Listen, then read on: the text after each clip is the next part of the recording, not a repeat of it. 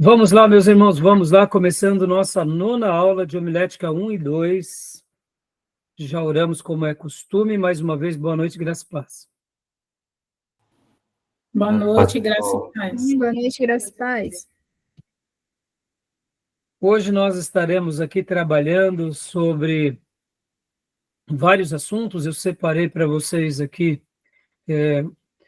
num primeiro momento, a pauta do dia será um esclarecimento sobre algumas dúvidas que tivemos do material dado, que a nossa querida irmã Beatriz perguntou. Os irmãos no nosso grupo de WhatsApp já debateram, e eu gostaria aqui de dar um parecer, como professor de vocês. Separei também aqui o capítulo 3 do livro-texto do Brodus, que fala sobre o pregador. Separei também um outro capítulo, que é o capítulo 2 do J.R. Kay, sobre a preparação espiritual para pregar.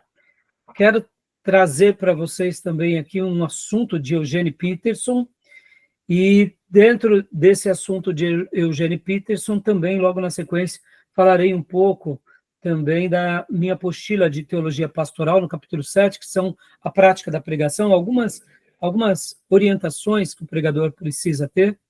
E, por último, se tudo correr bem e der tempo, a gente vai mergulhar um pouco no clássico Pregação e Pregadores, do pastor Martin Lloyd Jones, para a gente estar pontuando alguns assuntos. Hoje é a nossa nona aula, então hoje eu quero explorar bastante aqui com vocês o quê? A teologia da homilética, ou seja, o que realmente o pregador precisa para pregar. E eu quero estar trabalhando em cima desse detalhe. É claro que eu também estarei falando um pouco sobre um tipo de pregação, e nesse tipo de pregação quero aqui usar o clássico de John Bunyan, que é o Peregrino. Quero fazer um apontamento aqui com vocês, porque nas aulas passadas a gente aprendeu bastante sobre a estrutura da homilética. Na oitava aula eu trabalhei bastante com vocês sobre a teologia da homilética, ou seja, aquilo que a Bíblia ensina sobre a pregação, e hoje eu quero continuar falando sobre isso. O que a Bíblia ensina sobre a pregação, sobre o pregador, o que ele precisa ter, como ele precisa viver, né? E hoje a gente vai estar mergulhando aqui nesses assuntos, tá bom? Quero lembrar aos meus irmãos que as nossas aulas são gravadas para que vocês possam utilizar essas aulas depois. Gravamos também para que futuros alunos em EAD possam estar utilizando também como parte do currículo do curso. E também gravamos para que essas aulas possam também ser bênçãos a muitos irmãos, né? Até porque esse é um assunto tão rico, tão importante, e nós queremos abençoar o maior número de pessoas onde quer que essas aulas cheguem, tá bom? Bom, vamos lá, meus irmãos. Eu quero ler rapidamente com vocês aqui um salmo de número 29. Quero pedir que o meu irmão ou a minha irmã abra sua Bíblia aí no salmo de número 29.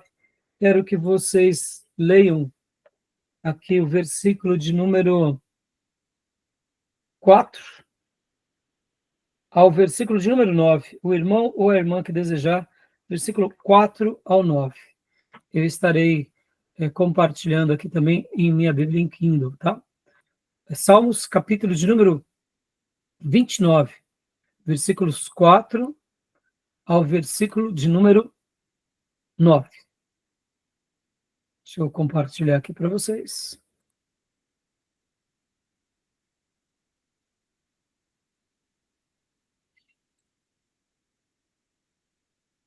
Vou compartilhar aqui. O irmão ou a irmã que desejar pode ler para nós, por gentileza. Do versículo 3, do versículo 3 em diante, aliás. Vou ler, então. A voz do Senhor está sobre as águas. O Deus da glória troveja. O Senhor está sobre as muitas águas. A voz do Senhor é poderosa. A voz do Senhor é cheia de majestade. A voz do Senhor quebra os cedros. Sim, o Senhor quebra os cedros do Líbano. Ele também os faz saltar como um novilho. O Líbano e Sirion, como um unicórnio jovem. A voz do Senhor divide as chamas do fogo.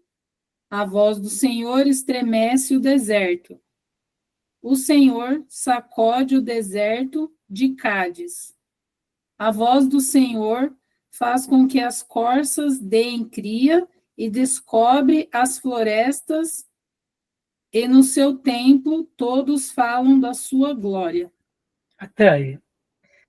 Fiz questão de ler esse texto com vocês porque ele expressa algo aqui que, para mim, tem tudo a ver com a homilética ou a arte de pregar, que é fazer com que a voz do Senhor ela seja ecoada em toda a terra. Poder ouvir a voz de Deus é maravilhoso, e poder anunciar essa voz de Deus entre os homens é especial. E aqui o salmista, de forma poética, ele começa a enobrecer a grandeza da voz do Senhor. E eu gostaria de dizer aqui, deixar simplesmente essa breve reflexão a vocês, que todas as vezes que formos falar em nome do Senhor, e formos falar do Evangelho do Senhor, e formos proclamar a palavra do Senhor, que nós possamos ser esse canal da voz do Senhor entre os homens.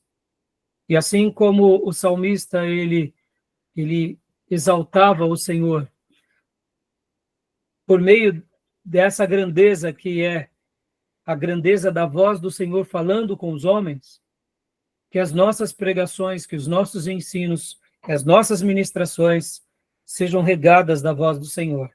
Ou seja, que as pessoas não ouçam a nós, que elas nem sequer possam talvez se lembrar dos nossos timbres, ou talvez da nossa maneira de falar, mas que no momento em que nos colocarmos diante de cada um que Deus preparar para a gente pregar, que as pessoas elas sejam marcadas pela voz do Senhor, e que elas possam estar ouvindo a nós, aos seus servos, aos servos de Deus, sabendo que nós não falamos da nossa parte, nós não falamos da sabedoria humana, nós não falamos do intelecto humano ou das coisas dessa terra, mas que somos mensageiros de Deus e que, como mensageiros de Deus, que no momento em que concluirmos as nossas mensagens, que concluirmos as nossas prédicas ou pregações ou estudos, e cada vida que ali estiver nos ouvindo, saia daquele ambiente dizendo, Deus hoje falou comigo, e a voz dele é poderosa, e a voz dele quebrou cedros, que a voz dele dividiu as coisas mais indivisíveis, realizou milagres poderosos. Então, que assim como Davi, ele enobrecia a voz do Senhor, que possamos ser canais como Davi, que façam com que a voz do Senhor ecoe no coração e na alma de muitos, para a glória do Senhor. Tá bom? Então, deixa essa breve meditação, porque tem tudo a ver com a arte de pregar, né, irmãos? Do que nos valerá transmitirmos a igreja do Deus vivo, ou as almas que estão perdidas, ou as pessoas, ou demais gerações, do que nos valerá somente de passar o nosso intelecto, as nossas virtudes, ou o nosso conhecimento. Eu diria, isso pode ser bom para essa vida, mas não é esse o papel que um verdadeiro pregador, uma verdadeira pregadora, um verdadeiro servo de Deus realiza. Que possamos ser mensageiros da voz do Senhor entre os homens, ou melhor, profetas entre os homens, tá bom? Que Deus nos ajude nessa caminhada, tá bom? Então, meus irmãos, eu quero aqui começar com vocês agora, aproveitando, né, tirar uma dúvida sobre uma pergunta que a nossa irmã Beatriz tinha feito em aulas passadas, em que a gente já debateu nos nossos grupos internos de WhatsApp. Quero lembrar aos irmãos que a gente tem o grupo de WhatsApp e o grupo de Telegram, que a gente vai tirando dúvidas ali, e é claro que não é só ali, vocês também podem sempre me mandar mensagens, né?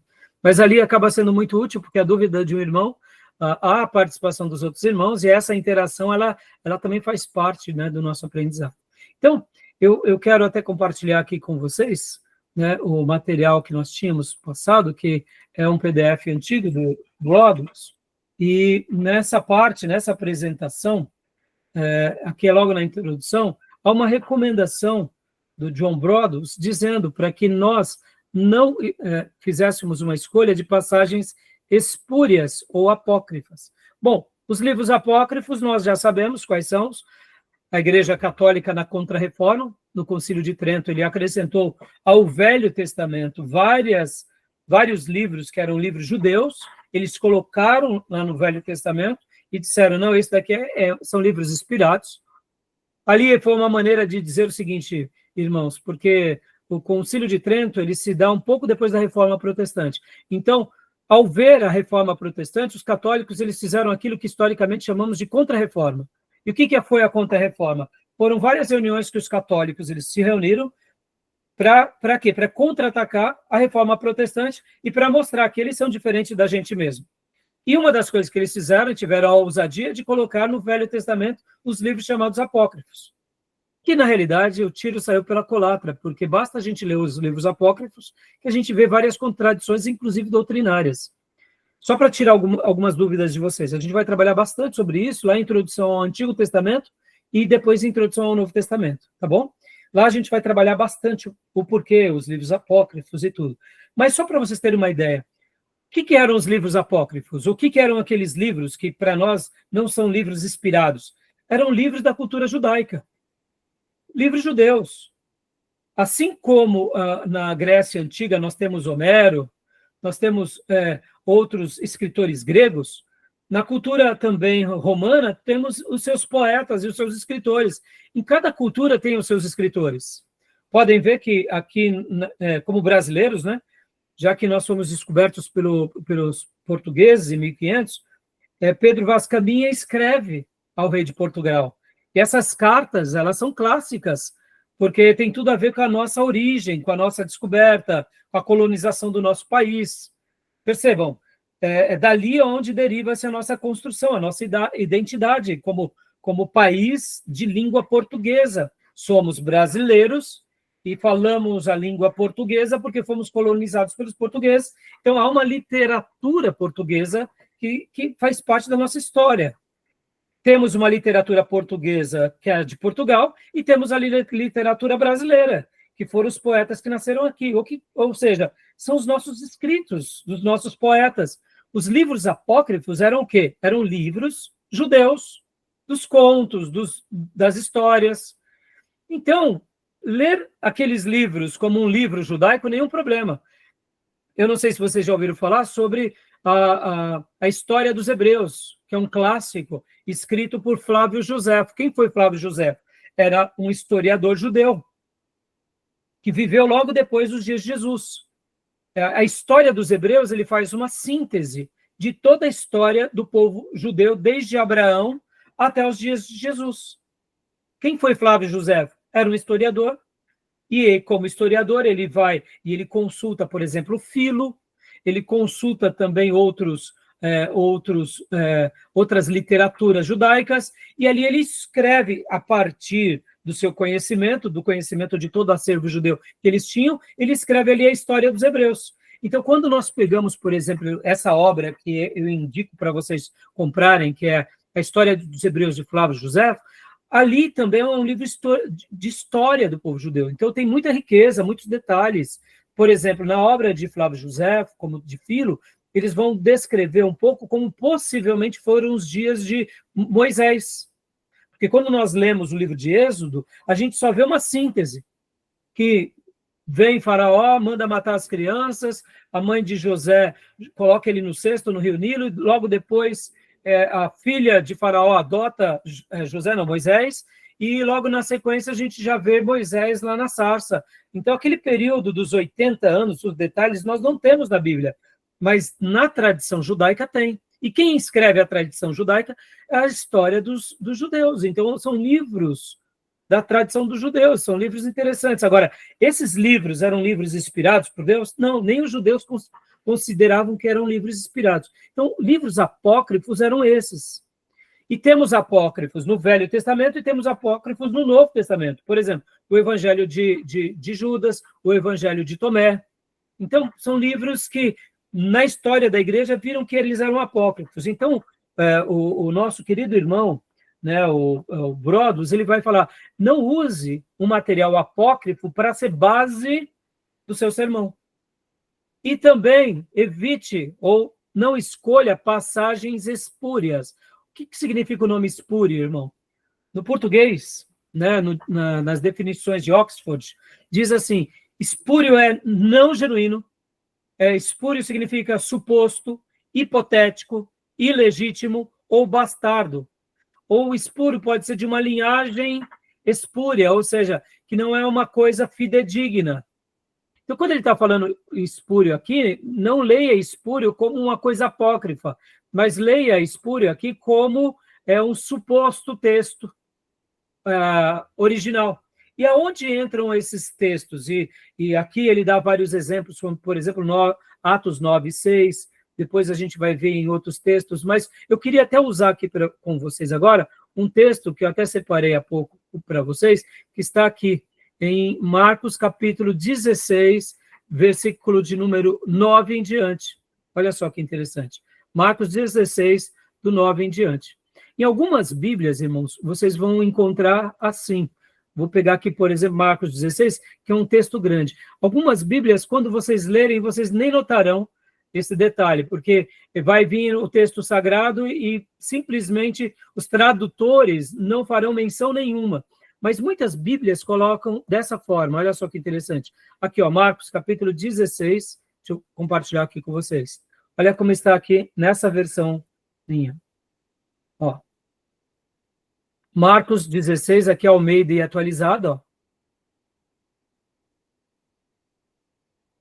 Você nota que aqui em Marcos 16, 9, tem um colchetes. Então, quando você tiver uma Bíblia, que nessa Bíblia, em algum texto, está assim, em algum momento, um colchetes, e depois fecha-se o colchetes, você já sabe que é uma indicação dos tradutores. Qual é essa indicação? Os tradutores estão dizendo o seguinte, olha, esse texto sagrado, nós encontramos eles em alguns manuscritos, mas não encontramos em outros manuscritos. Algumas Bíblias, que nem aqui, nessa Bíblia Almeida atualizada, está dessa forma, ó. Ora, havendo Jesus ressurgido, e até aqui do versículo de número 20, ó. E aí acaba aqui o colchete, está vendo? Aqui não faz menção nenhuma, mas deixa eu compartilhar aqui com vocês já uma outra versão, que é essa daqui na NVI. Olha só que interessante. A própria NVI fez questão de deixar claro esse detalhe. Olha só. Marcos também 16. Opa, deixa eu pegar aqui. Marcos 16, do versículo 9 em diante. Na NVI está dessa forma. Aqui, ó. 9. Aí tem um azinho. E aí começa o versículo 9, e ele continua, e agora aqui, no final do versículo 20, aí ele vem a nota de rodapé. Olha o que diz a nota de rodapé. O azinho, 16:9. Alguns manuscritos antigos não trazem os versículos 9 a 20. Outros manuscritos do Evangelho de Marcos apresentam finais diferentes. O que a NVI está dizendo aqui? Que esses versículos, do 9 ao 20, não são achados nos manuscritos mais antigos. Algumas Bíblias vão estar dizendo assim, você não encontra esses versículos nos melhores manuscritos. É exatamente isso que o nosso irmão Brodo está dizendo. Se nós formos fazer uma mensagem, vamos usar aqui uma ideia. De Marcos, versículo de número... Vamos pegar aqui, versículo de número 15. Vão pelo mundo todo e preguem o evangelho a todas as pessoas. Esse texto não está lembrando Mateus 28, o id? Não está ou não está? Não é igualzinho o id? O que o nosso irmão Brodo está querendo dizer lá naquele texto que ele fala para que não peguemos textos espúrios ou apócrifos? Ele está dizendo o seguinte, se você vai selecionar um texto para que esse texto seja o texto que vai fundamentar a tua mensagem, evita de usar esses textos que possam ser textos debatidos até mesmo dentro da igreja. Por quê? Porque muitas vezes o irmão que estará ali ouvindo a sua mensagem já vai ficar dizendo, mas esse texto, o pastor foi pregar logo em Marcos, do capítulo 16, do versículo 9 ao 20, para sustentar essa mensagem. Ora, por que não escolher outro texto? Ou seja, o ouvinte já fica disperso, pode gerar debate na igreja. Esse é um assunto típico para a escola bíblica, não para uma pregação. Agora, irmãos, essa é a recomendação que ele dá, tá bom? Deixa eu fazer aqui uma meia-culpa, tá? Eu não sou um linguista. Eu sou um pastor que tenho o dom do ensino. E as matérias que eu leciono no seminário são matérias mais pastorais. Mas o meu ponto fraco na teologia são as línguas originais. Então, para mim, por exemplo, eu não vejo problema nenhum de pregar em Marcos, capítulo 16, do versículo 9 em diante. Porque qual que é a grande questão? Pode ter até o debate teológico sobre esses versículos. Debate de que esses textos não estão nos melhores manuscritos. No entanto, esses textos, como eu estou lendo aqui Marcos, capítulo 16, assim vale também para Atos, que a gente viu há pouco sendo citado na página, ou outros textos bíblicos também, em Atos 8, por exemplo, eu vejo que esses textos, mesmo que eles não estejam nos melhores manuscritos, eles não são heréticos. O que eu quero dizer com isso? Sobre o debate de que nós não encontramos esses textos nos melhores manuscritos, isso é legítimo. Por outro lado, para mim, não invalida o texto como doutrina. Ou seja, quando eu leio Marcos 16, do 9 em diante ao 20, eu vejo que aqui existem vários ensinos de Jesus que foram dados a nós, que estão em Mateus, no próprio Evangelho de Marcos, nos capítulos anteriores, Lucas e João. Ou seja, eu não vejo erro doutrinário. Estão entendendo? Então, para aqueles irmãos que quiserem depois se aprofundar mais sobre essa questão, fica aqui a dica, né? Há uma matéria em teologia chamada crítica textual, ou manuscritologia, ou que seria as matérias principais, juntamente unidas às línguas originais, para se fazer as traduções bíblicas. E assim, meus irmãos, dessa forma, essas matérias, eles vão ter vários debates, né, dos textos chamados textos receptos, né, outros códices. Então, o que acontece, meus irmãos? Eu, como não sou especialista dessa área, eu aprendo com os linguistas. E para eu encerrar esse assunto, eu só queria ler mais um texto com vocês, que está em Atos 8:37. Olha que interessante. Eu vou abrir aqui em Atos 8:37 também. Deixa eu só abrir aqui para vocês. Quero ler também Atos 8:37, que é bem interessante esse texto, porque aqui também se enquadra um pouco dentro disso, de ser um texto, como é chamado por alguns, de texto espúrio. Deixa eu compartilhar aqui com vocês. Ó. Atos 8:37. Olha só. Pode ver que, mais uma vez, está dentro de colchetes, está vendo? Mas aqui, nessa tradução, que é Almeida e atualizada, não diz mais nenhuma informação. Eu vou também abrir em uma outra versão bíblica aqui, só para ilustrar o que eu estou querendo dizer aqui para vocês. Então, voltando ao que eu dizia há pouco, meus irmãos. Pegando aqui esse exemplo também de Atos 8, né? Eu entendo, irmãos, que mesmo que não esteja nos melhores manuscritos, e aqui admito que pode não estar dentro dos melhores manuscritos, mas eu não vejo que esse texto também seja uma heresia, tá? Eu estou pegando aqui a versão Almeida e atualizada, e estou pegando aqui a corrigida e fiel. Olha só que interessante, Atos 8, 37. Na Almeida atualizada tem o colchetes. E olha só o que diz. E disse Filipe, é lícito, se crês de todo o coração. E, respondendo ele, disse, creio que Jesus Cristo é o Filho de Deus. Fecha colchetes. Como eu mencionei para vocês há pouco, aqui na Almeida atualizada não está dizendo nada, mas em algumas Bíblias vai estar um asterisco, um A, e vai colocar embaixo. Esse texto não se encontra nos melhores manuscritos. Abrindo aqui para vocês também agora, a outra versão está aqui. Olha só. Na Corrigida e Fiel, olha como apresenta na Corrigida e Fiel. Na Corrigida e Fiel não faz menção nenhuma. Olha só, 8,37. Pode ver que do 36 segue já para o 37 e não tem nota nenhuma. E disse Felipe, é lícito, se crê de todo o coração. E, respondendo ele, disse, creio que Jesus Cristo é o Filho de Deus. Na NVI, inclusive, irmãos, vou abrir aqui na minha NVI, a gente nota que aqui tem uma nota de rodapé. Então, percebam, irmãos, que essas coisas fazem parte dessa matéria que eu acabo de dizer, chamada crítica textual. Então, o que o nosso irmão ele estava dizendo era exatamente isso. Deixa eu abrir aqui na NVI, ó, 8:37. Eu vou ler aqui só para apressar, para a gente ir já para os outros materiais. Quando está aqui, ó, 8:37, está escrito aqui uma nota de rodapé. 8:37 tem literalmente um Czinho, e dentro do C você vai lá para a nota de rodapé, tá?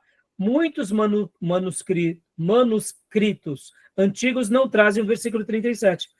A grande questão é o seguinte, se eu vou pregar uma mensagem baseada na fé, que as pessoas precisam crer em Jesus, e que as pessoas precisam dar uma resposta positiva a Jesus, eu vou usar esse texto aqui, por exemplo, de Atos 8:37, eu posso fazer com que alguns grupos dentro da igreja fiquem debatendo essa questão da manuscritologia, ou seja, o que o Brodus está dizendo? Se você vai pregar, não use esses textos. É a recomendação dele. Agora, eu, como pastor de vocês, da maioria de vocês, e professor de vocês, eu uso com toda tranquilidade, meus irmãos. Porque, em primeiro lugar, eu não sou linguista. Eu, particularmente, posso até um dia mudar de opinião, tá? Sobre esse ponto. Mas eu aprendo com os linguistas. E alguns irmãos linguistas que eu tenho como irmãos piedosos, como, por exemplo, os tradutores da Corrigida e Fiel, eles acharam por bem de colocar esse versículo. E aí talvez você diga, mas pastor Raimundo, você vai estar pregando um texto que não está nos melhores manuscritos? Eu falo, sim, meus irmãos, está nos manuscritos, não nos melhores. Quem me garante que na conservação da igreja primitiva e das próximas gerações, assim como nós temos as nossas folhas, aquela última linha não se deteriorou. E quando foi achado esse manuscrito mais antigo, não estava. Então, percebam, pode ter sido muitas coisas. Eu não posso dizer que o fato de não estar nos melhores manuscritos, que não é. Eu não tenho certeza disso.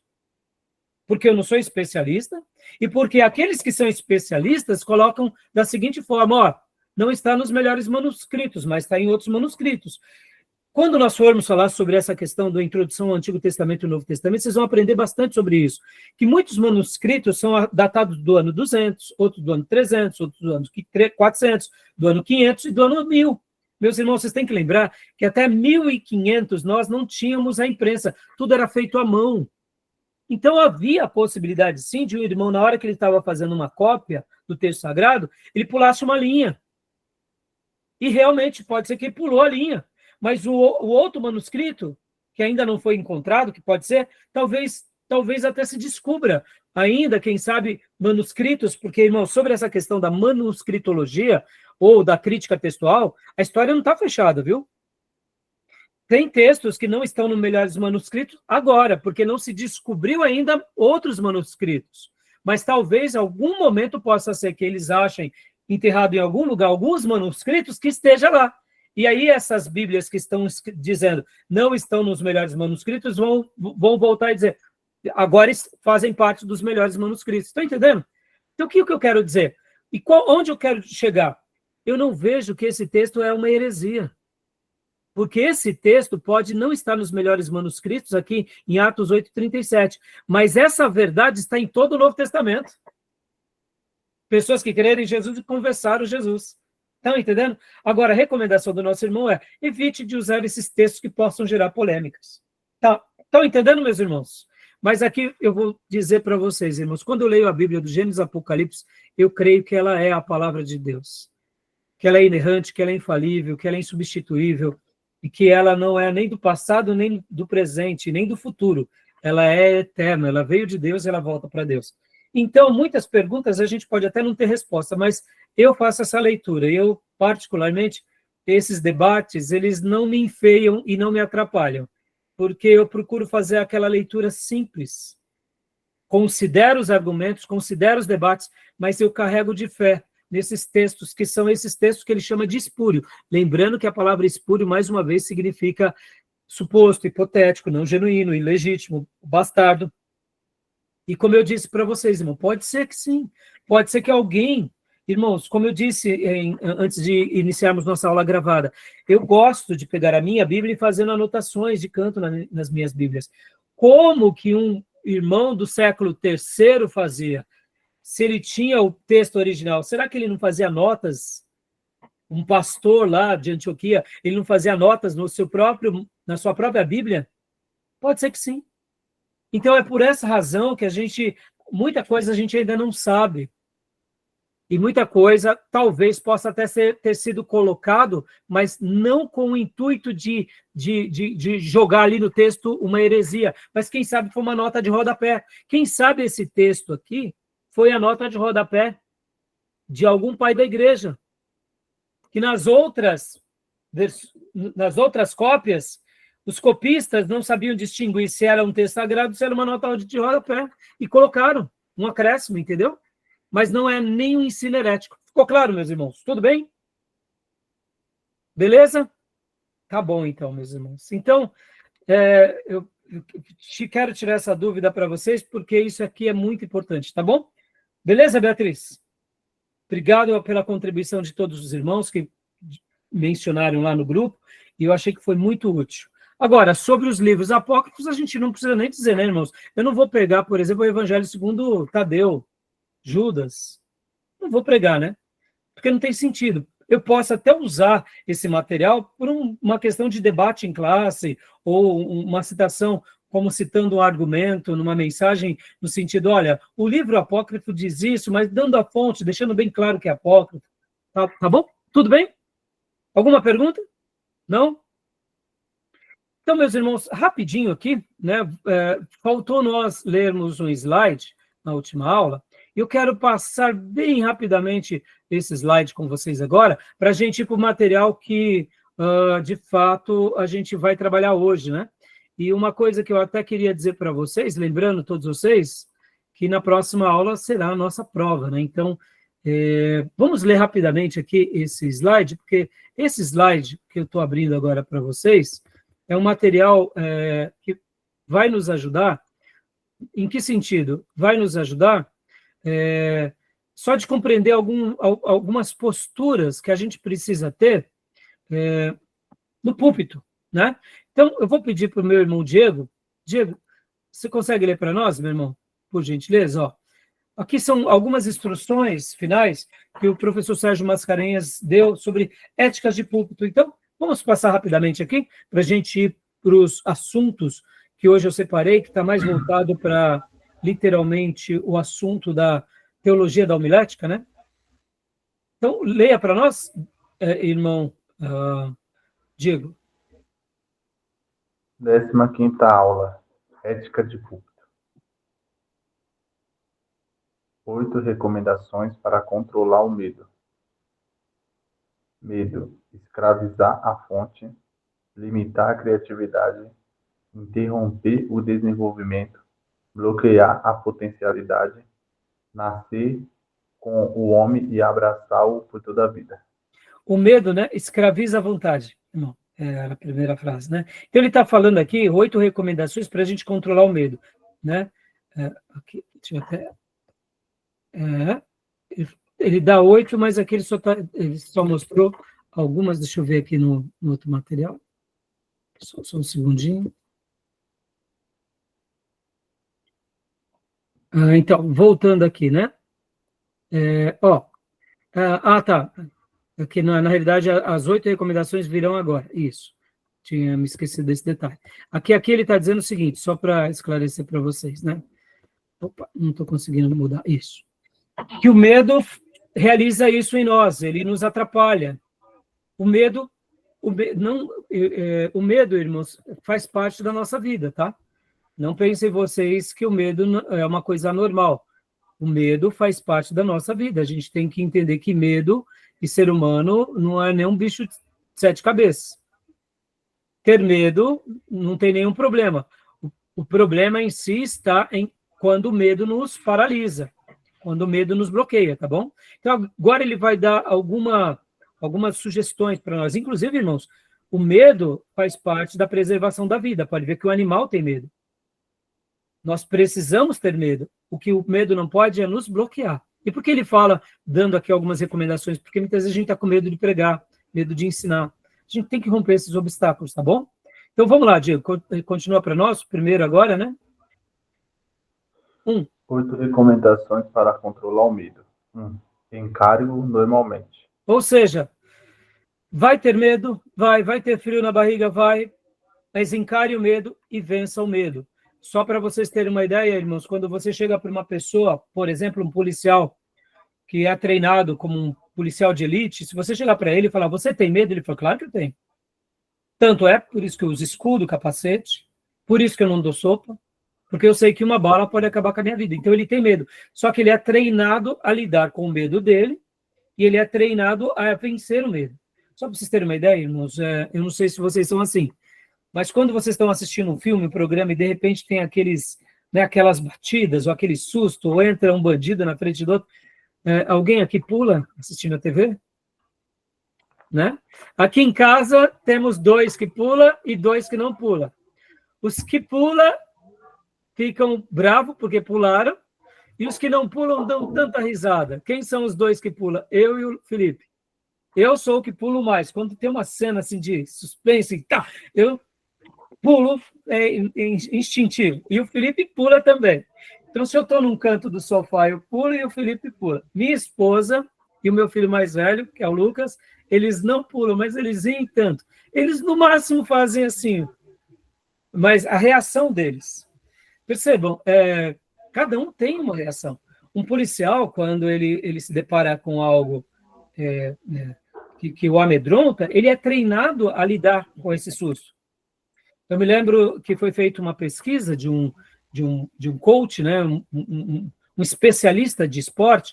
Ele pegou vários jogadores de futebol americano, aqueles homens que parecem guarda-roupa, e aí eles pediram para aqueles atletas correrem, né?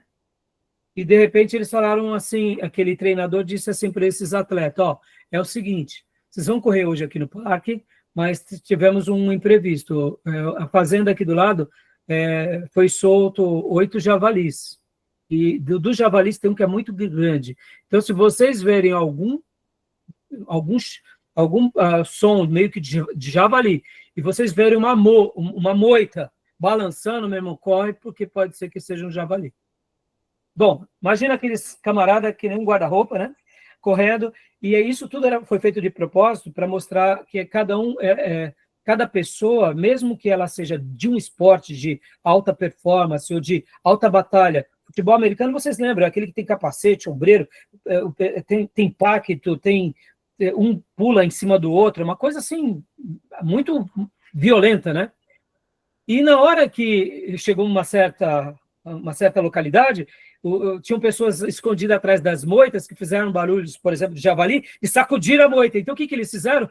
Na hora que eles viram isso, eles pararam, pularam e correram. Mesmo sendo homens muito valentes e briguentos, eles não quiseram saber o que estava atrás da moita. Eram pessoas escondidas. E o mesmo teste foi feito com policiais do FBI, da SWAT, policiais que já eram treinados, né?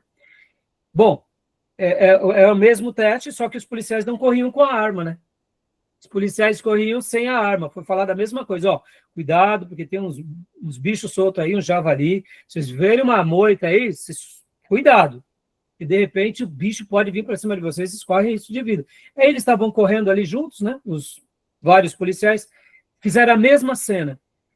Qual foi a reação dos policiais? Todos eles pararam e literalmente foi como se eles estivessem procurando as armas, mas não estavam com armas, né? Mas eles não tiveram uma reação como foram os jogadores de futebol americano, que eles saíram correndo.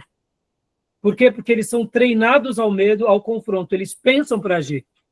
Então, qual era a lição de moral, né, que esse coaching, esse treinador estava dando ali sobre enfrentar obstáculos? Quando nós enfrentamos obstáculos de forma consciente e eu preciso encarar, eu vou vencer, é o javali ali na moita, tá bom? Então, ou seja, você sabe que vai ter, você vai preparado, você não corre dele. Bom, por que eu estou falando tudo isso? Porque para muitos irmãos, a pregar para alguém, ou pregar numa igreja, é um terror. Por quê?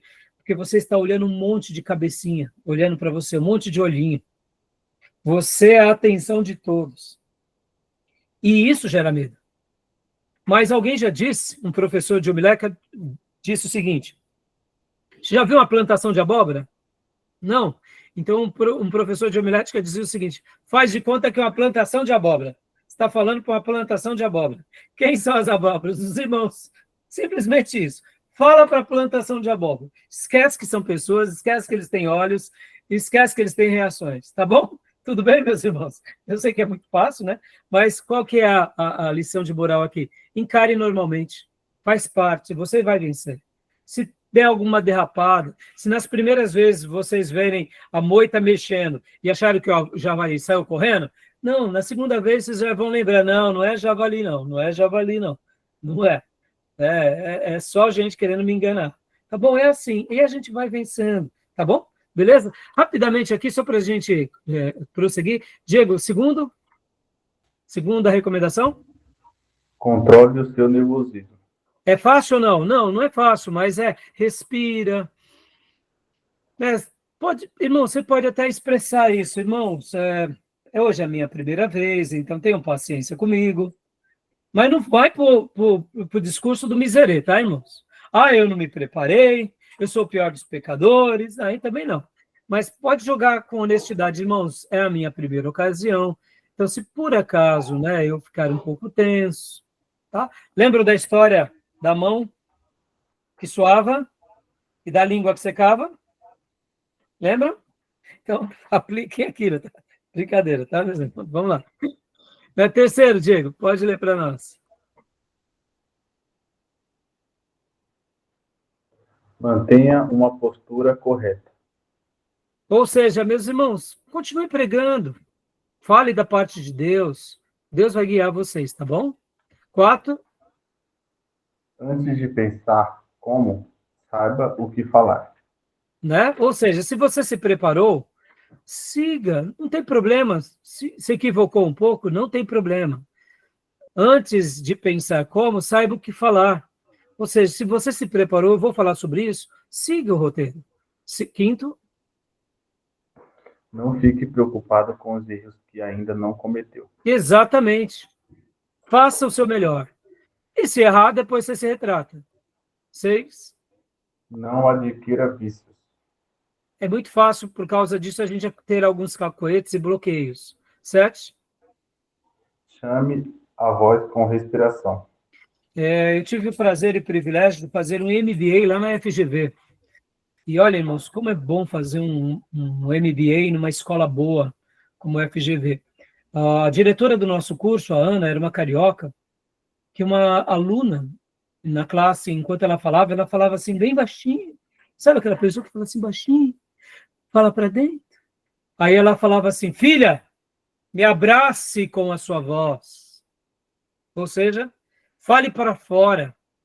Eu sei que tem pessoas que falam mais baixinho. Na nossa igreja, nós temos uma líder de jovens, que é a Aline. Irmãos, ela sempre falou muito baixinho. Mas quando ela vai pregar, meu irmão, que delícia ouvir aquela menina pregando. Mesmo ela começando ali um pouco baixinha, ela vai desenvolvendo, chega uma hora, o conteúdo que ela tem, graças a Deus temos microfonia. E ela é professora de educação física, então ela aprendeu também a exercer a sua vocalidade, né? Mas perceber o estilo de cada um. Mas respire, chame a voz com respiração, respire, né? Bom, quem gosta de correr, deixa eu dar uma dica aqui para vocês. Quando nós estamos correndo, e eu não sou um corredor de longas caminhadas, né? Mas eu, durante muitos anos da minha vida, eu corri, atualmente tenho corrido muito pouco, mas um dos segredos quando a gente está correndo, por exemplo, né, eu sempre corri uma velocidade bem curtinha, mais trotes, mas chega uma hora, depois de ali 40 minutos correndo, 1 hora correndo, que é um tempo bem significativo, que você começa a não sentir mais a sua respiração. Então, um segredo que os atletas têm, irmãos, é literalmente pegar a ponta do pé. E sabe quando você está correndo, você para ali, você está correndo, você fica com a ponta do pé e você dá saltinhos com a ponta do pé. Vários saltinhos com a ponta do pé. Nesse momento que você dá saltinhos com a ponta do pé, você flexiona a sua panturrilha. Flexionando a sua panturrilha, você oxigena melhor o seu pulmão. Oxigenando melhor o seu pulmão, você sente a sua respiração de volta. E aí você consegue progredir. Bom, eu gosto muito de acompanhar o jogo de tênis, né? Percebam que o jogo de tênis é um jogo que você não corre muito, mas você tem explosões muito rápidas, né? Numa disputa de bola. Então, muitas vezes, tem uma disputa de 10 bolas de um lado para o outro, e você corre muito. São explosões muito rápidas. E quando para esse ponto, os dois estão exaustos. E aquela pessoa que está sacando, que vai ter que sacar, ele vai ter que sacar depois dessa exaustão. E percebam que muitos atletas do tênis, quando eles vão sacar, eles ficam pulando na ponta do pé. Ué, por que estão pulando? Eles estão oxigenando o seu pulmão. Entenderam? Ou seja, a panturrilha. Quando você faz literalmente essa flexibilidade, a panturrilha, ela contrai e naturalmente circula mais sangue e mais oxigenação e você sente o ar no pulmão de volta. Detalhes, né? A gente nem nota. Então, por exemplo, no tênis, muitas vezes pela tensão que a gente está numa disputa de tênis, você está tenso e com a tensão, o que você faz quando você está tenso? Você respira mal. E pular na ponta dos pés te obriga a respirar profundo. Por isso que alguns jogadores de tênis, quando eles estão batendo a bolinha, faz aquele barulho. Parece uma frescura, né? Não é. Eles fazem aquilo de propósito porque eles jogam o ar para fora. Eles respiram, jogam o ar para fora. Na pregação, pastor, então o senhor está me dizendo que eu vou chegar diante de um monte de irmão olhando para mim e ainda vou pular na ponta? Não, claro que não, meus irmãos. Mas você vai fazer o quê? Você vai falar e vai respirar. Se precisar, pega o copo d'água. Respira de novo. Oxigenou o seu cérebro, irmão. Oxigenou o cérebro, as ideias voltam. Porque quando a gente está tenso, como que a gente fica? A gente fica com respirações curtas. Não é assim? Ai, estou com medo. Então, é nessa hora que a gente precisa controlar a respiração. O nosso querido irmão Felipe Reis, ele é professor de karatê. Por que no karatê se grita? Para você liberar o ar. Liberando o ar, você precisa de ar. Precisando de ar, você oxigena o seu corpo. Oxigenando o seu corpo, você oxigena o seu cérebro. Oxigenando o seu cérebro, tem as ideias. Deixa eu dar um segredo aqui para vocês, irmãos. Porque eu amo folgar de sábado. Porque de sábado eu faço atividade física. E toda vez que eu faço atividade física, mesmo que eu não durma muito bem no sábado à noite para o domingo, no domingo de manhã minhas ideias estão bem clareadas. Bem, porque eu oxigenei o meu cérebro com atividade física. Essa ideia, irmãos, de atividade física, ela não é uma questão de vaidade, é saúde mental e saúde física. Quando a gente faz uma atividade física, dá uma corrida, nem que for 20 minutos, que a gente trabalha o nosso pulmão, a nossa respiração, tanto a parte aeróbica quanto a parte cardíaca, automaticamente há uma oxigenação no nosso cérebro, a gente pensa melhor, a gente estuda melhor. Está entendendo? Então, por isso que aqui fica uma recomendação, pratiquem atividade física. Podem ver, meus irmãos, hoje, por exemplo, né, hoje foi um dia em que eu fiquei praticamente a tarde toda e agora a noite toda aqui no meu escritório, nessa posição. Preciso de atividade física. Meu trabalho, eu dou algumas passadas, ando, mas não ando tanto. Né? Acabo ficando muito no escritório. E isso, querendo ou não, dificulta. Por isso que a gente precisa andar, tá bom? Então, chame a voz com respiração, tá bom? Beleza? Gostaram dessas dicas? Parece uma coisa de quem não tem o que fazer, né? Mas não é não, irmãos, é sério, viu? E o oitavo, leia para nós, Diego, por gentileza. A prática irá proporcionar o reflexo. Então, aqui são 8 recomendações, tá bom? E aqui, irmãos, eu só vou passar agora rapidamente as demais éticas de púlpito, tá? Aqui a questão da postura gestual. Tome muito cuidado, sabe? Todos estão olhando a gente precisa ter uma postura gestual adequada, né? Os nossos pés, as nossas mãos, os nossos olhos, onde a gente coloca a mão, né? A nossa comunicação não verbal, ela diz muito. Lembrem-se que o corpo fala. Olha só, as palavras podem mentir, mas o corpo sempre fala a verdade. Quer ver um exemplo? O casal está discutindo, a mulher pergunta para o marido, tá tudo bem, amor? Ele fala, tá. Tá. Tá tudo bem mesmo? Claro que não. Qual que é esse sinal? Tem um problema. Ficar mexendo a perna, pulando a perna. Ansiedade. O corpo fala, irmão. Esses dias uma irmã na igreja fez um negócio lá, eu falei, irmã, o que foi? Não, pai, não foi nada não. Eu só fiz isso, mas não foi nada não. Aí eu digo para você, ela disse muita coisa naquele não foi nada? Claro que ela disse. Ela não quis dizer o que é, mas tinha um monte de coisa atrás daquele não foi nada não. E ainda mais daquela cara, não foi nada não, pessoal. Não foi nada não. Um bico desse tamanho. E aí eu fui para outras pessoas, eu tentei ali descobrir, o que aconteceu, minha irmã? Não, foi isso. Eu falei, releve, não é assim mesmo. A irmã teve uma crítica que foi feita, alguma coisa que ela fez, ela não soube lidar e estava com a pá virada. E aí o pastor viu e eu fui falar com ela que eu vi ela fazendo algumas coisas. Ela, não, pastor, resolvi. Mas, tipo assim, o que ela estava dizendo ali que não foi nada? Ela estava dizendo, eu não gostei do que aconteceu, eu resolvi o problema, eu estou brava. Era isso que ela estava dizendo. Mas ela não queria entrar em mais detalhes, então também deixei de lado. Tem hora que a gente tem que ser cego de um olho e surdo de ouvido, entendeu, irmãos?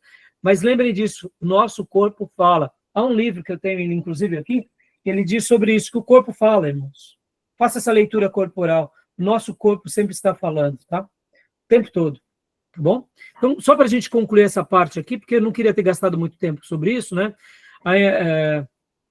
Postura gestual, exemplo, Deus está falando, né, uma frase de George Whitefield, até mesmo com os nossos exemplos, Deus está falando, né? A questão das roupas, irmãos. Cuidado com isso, viu, irmãos? Tem gente que vai pregar, e no dia que vai pregar, os homens vão com umas gravatas, né, uns ternos, cores esquisitas, vai com sapato, ou seja, todo mundo fica prestando atenção na gravata do pregador, mas não no pregador, na cor do terno do pregador. Tá parecendo o Falcão, sabe o Falcão? Lembra daquele cantor Falcão? Ia com uma flor aqui como gravata, uma camisa florida, um short, umas coisas meio esquisitas, né? Então, ou seja, a gente tem que tomar cuidado. E as irmãs? A mesma coisa com os adornos, com os correntes, com sempre tendo decência no vestido, irmãos, nunca marcando o corpo, porque deixando nada transparente, porque não é o fato de sermos batistas que a gente vai ser mundano, tá bom? Lembrem disso. Isso vale para o homem e para a mulher, né? Que mais? Deixa eu passar aqui rapidamente. A fisionomia, né? Olha essa frase muito interessante. Lê para nós essa frase, Beatriz, é do padre Vasconcelos. Ó, olha o que ele dizia. Fisionomia, Padre Vasconcelos. O sorriso tem poder de abrir um campo magnético onde todos entram sem resistências, dobrando-se à vontade de quem fala. O que ele estava dizendo e que frase sabe é essa? Quando eu me coloco diante das pessoas, assim, que nem a irmã, foi nada não, pastor. Imagina o pregador, né? Irmãos, abre a Bíblia, não está gritando. Ai, pelo amor de Deus. Acabou o culto já, né? Agora, o irmão é simpático, é cortês. Graça e paz, meus irmãos. Batistas, presbiterianos, metodistas costumam cumprimentar assim. Assembleanos e pentecostais é a paz do Senhor. A paz do Senhor, meus irmãos. Tudo bem com os meus irmãos? Oh, que alegria ver o irmão. Um sorriso gostoso, honesto. Não aquela risada amarela, né? Oi, irmão, pai. Oh, né? O sorriso quebra a pessoa. Guardem isso, irmãos. O que está dentro do seu coração é teu. Mas o seu rosto e o meu rosto é um presente que Deus nos deu para o próximo. Concorda? Eu estou vendo o meu rosto? Agora eu estou vendo porque eu estou olhando no webcam. Mas eu olho o meu rosto quando eu te vejo? Quando eu te vejo, eu olho o seu rosto. Logo, o meu rosto é um presente de Deus para aqueles que estão ao meu lado. Para minha esposa e meus filhos. Eu tenho que ter educação. Eu tenho que lembrar disso, que eu não posso sempre me apresentar de cara fechada. Eu conheço uma mulher que ela dizia assim sobre o seu marido: esse homem tem duas caras. E um dia eu perguntei para ela: o que você quer dizer com duas caras, minha irmã? Não, você não sabe com que tipo de cara ele vai apresentar no outro dia. Se a cara fechada, se a cara feliz, ele tem duas caras. Você não sabe qual é a cara que ele vai... Ele acordou, tá? Qual é a cara que ele hoje vai se amostrar? Do bom humor, do mau humor, do rabugento? Ou seja, e aí quando eu vi essa expressão, nunca mais me esqueci, né? Lembre-se que o meu rosto é um presente para o próximo. O meu coração é um presente para mim, que Deus me deu. Então ninguém precisa saber do meu coração. Mas o meu próximo também não precisa ser atacado com a minha feiura, com a minha eu sendo ranzinza. Né? Feiura que eu quero dizer assim, nesse sentido de expressão rude. Estão entendendo, irmãos? Então, o sorriso tem o poder de quebrar o outro. Pode ver, um sorriso, a gente não olha de uma forma hostil quem sorri para nós. É sempre agradável, né? E na arte de se comunicar, se a gente puder fazer isso, fica aqui a dica, tá bom? Rapidinho, vamos tentar aqui, ó. 7% da comunicação são feitas por palavras, 38% pelo uso da voz e 55% por meio da fisionomia.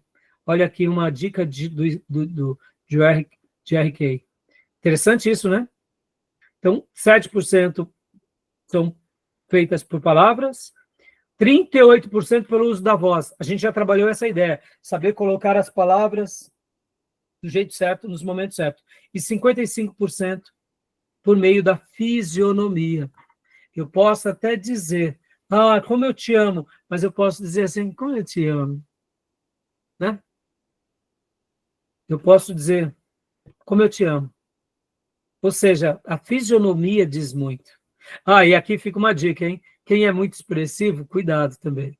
Porque muitas vezes você está num ambiente que você não pode se expressar demais. Porque, como eu disse, o que acontece dentro do teu coração é um presente para você, para Deus, e por isso que Deus diz, filho meu, dá-me o teu coração. O que está no teu coração é teu. Mas a tua fisionomia é para o próximo. Então, seja educado. Não é ser hipócrita, isso não é dissimulação, irmão. Seja educado. Está passando por um problema? Não precisa ficar transparecendo o problema. O pastor vai pregar, está numa tribulação? Lembra disso. Os irmãos não têm nada a ver com essa tribulação. Essa tribulação é o meu deserto. Está entendendo? Se já chegar lá na igreja, sabe, meus irmãos, a luta está muito grande, viu? Acabou. Vai consolar quem, meus irmãos? As irmãzinhas lá vão falar, vamos orar pelo pastor. Chega, pastor. Não fala mais nada. O senhor está precisando de ajuda. E ora, e vou te dizer, irmãos, muitas vezes Deus vai permitir que a gente vá pregar sim. Porque é a hora que a gente é testado na nossa fé. Que a gente está com problema, que a gente está com dificuldade, mas a gente não olha para nada disso e a gente vai e leva o alimento de Deus. Tá bom? Meus irmãos, deu a hora aqui, eu queria ter acabado tudo nesse slide, mas vamos ter que continuar ele no próximo bloco, tá bom? Alguma pergunta? Vou tentar correr rapidinho para a gente zerar ele, para ir para os assuntos que eu separei para vocês, tá? Alguma pergunta, alguma dúvida? Não? Então, podemos parar aqui nossa gravação? Fechado. Então, vamos parar para a gente beber uma água, ir ao banheiro, é um período do intervalo, tá bom? Então, daqui a 5 minutos a gente se fala novamente, tá bom, meus irmãos?